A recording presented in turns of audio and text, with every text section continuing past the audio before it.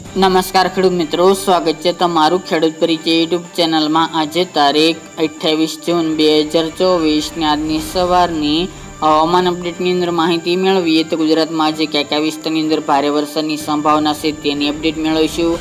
28 થી 4 જુલાઈ દરમિયાન ગુજરાતની અંદર સાર્વત્રિક વરસાદની પણ આગાહી કરવામાં આવી છે તેની પણ અપડેટ મેળવીશું। આજે કયા વિસ્તારની અંદર મેઘતાંડવ જોવા મળશે, વરસાદની શક્યતાઓ છે કયા વિસ્તારની અંદર તેની વિશેષ અપડેટ મેળવીશું। ચેનલમાં નવા હોય તો ચેનલને સબસ્ક્રાઇબ કરી નાખજો અને વિડીયોને લાઈક આપીને તમામ ખેડૂત ભાઈને શેર કરી દેજો।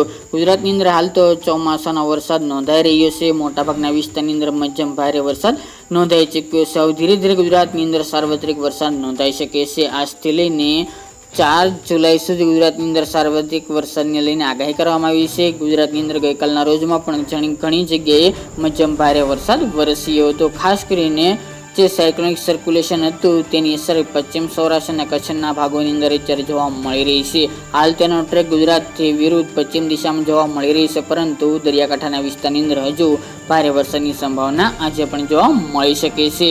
તેમજ આજથી ગુજરાતના અનેક વિસ્તારની અંદર સારામાં સારો વરસાદ નોંધાઈ શકે છે। આગામી અઠવાડિયા દરમિયાન ગુજરાતની અંદર સારો વરસાદ નોંધાય અને વાવણી લાયક વરસાદ નોંધાય તમામ વિસ્તારની અંદર તેવી શક્યતા હશે, કારણ કે ગુજરાતના અનેક વિસ્તાર હજી વાવણીથી વંચિત જોવા મળી રહ્યા છે। પરંતુ ખેડૂત ભાઈને મૂંઝાવવાની જરૂર નથી। આ રાઉન્ડની અંદર તમામ વિસ્તારનો વારો આવી જાય અને સારો વરસાદ નોંધાય તેવું અનુમાન રહેલું છે।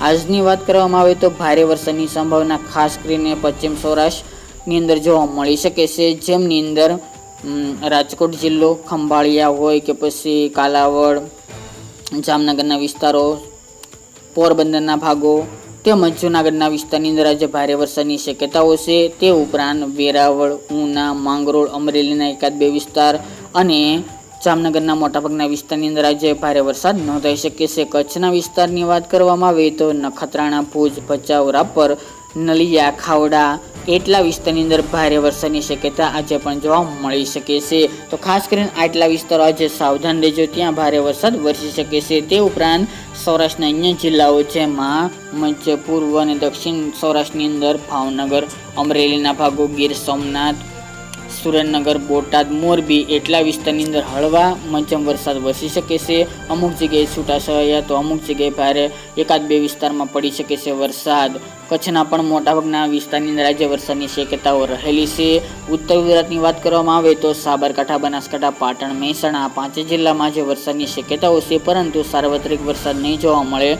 છૂટાછવાયા વિસ્તારમાં વરસાદી માહોલ જોવા મળશે। જે વિસ્તારો બાકી છે એ વિસ્તારની અંદર જ્યારે મધ્ય પૂર્વ વિસ્તાર જેમની અંદર અમદાવાદ, ખેડા, આણંદ, નડિયાદ, બોરસદ, તારાપુર એ ભાગો, દાહોદ, ગોધરા, મહીસાગર, પંચમહાલ જિલ્લો એના અમુક છૂટાછવાયા વિસ્તારની અંદર આજે વરસાદની શક્યતાઓ રહેલી છે। દક્ષિણની વાત કરીએ તો વલસાડ, નવસારી, સુરત અને ભરૂચ એ જે દરિયાઈ પટ્ટીના વિસ્તારની અંદર વરસાદનું જોર થોડું જોવા મળશે, તેમજ છૂટાછવાયા વિસ્તારોમાં વરસાદી માહોલ અવશ્ય જોવા મળી શકે છે। તે સિવાય તાપી છે, નર્મદા, ડાંગ જિલ્લો એ વિસ્તારની અંદર હળવા મધ્યમ વરસાદી ઝાપટા છૂટાછવાયા વિસ્તારની અંદર નોંધાઈ શકે છે। તો ખાસ કરીને આજે મિત્રો એટલા વિસ્તારની અંદર વરસાદની સંભાવના આ રીતે જોવા મળી શકે છે। આગામી 4 જુલાઈ સુધી ગુજરાતની અંદર સાર્વત્રિક વરસાદની સંભાવના છે, જેમાં ગુજરાતના મોટાભાગના વિસ્તારનો સમાવેશ જોવા મળી રહ્યો છે અને સારામાં સારો વરસાદ નોંધાય તેવું અનુમાન રહેલું છે। એટલે કોઈ ખેડૂત ભાઈને ડરવાની જરૂર નથી। તમામ વિસ્તારનો લાભ આ રાઉન્ડની અંદર જોવા મળે તેવી શક્યતા રહેલી છે, કારણ કે વાવણીથી ઘણા બધા વિસ્તારો હાલ તો જોવા મળી રહ્યા છે વંચિત એટલા માટે।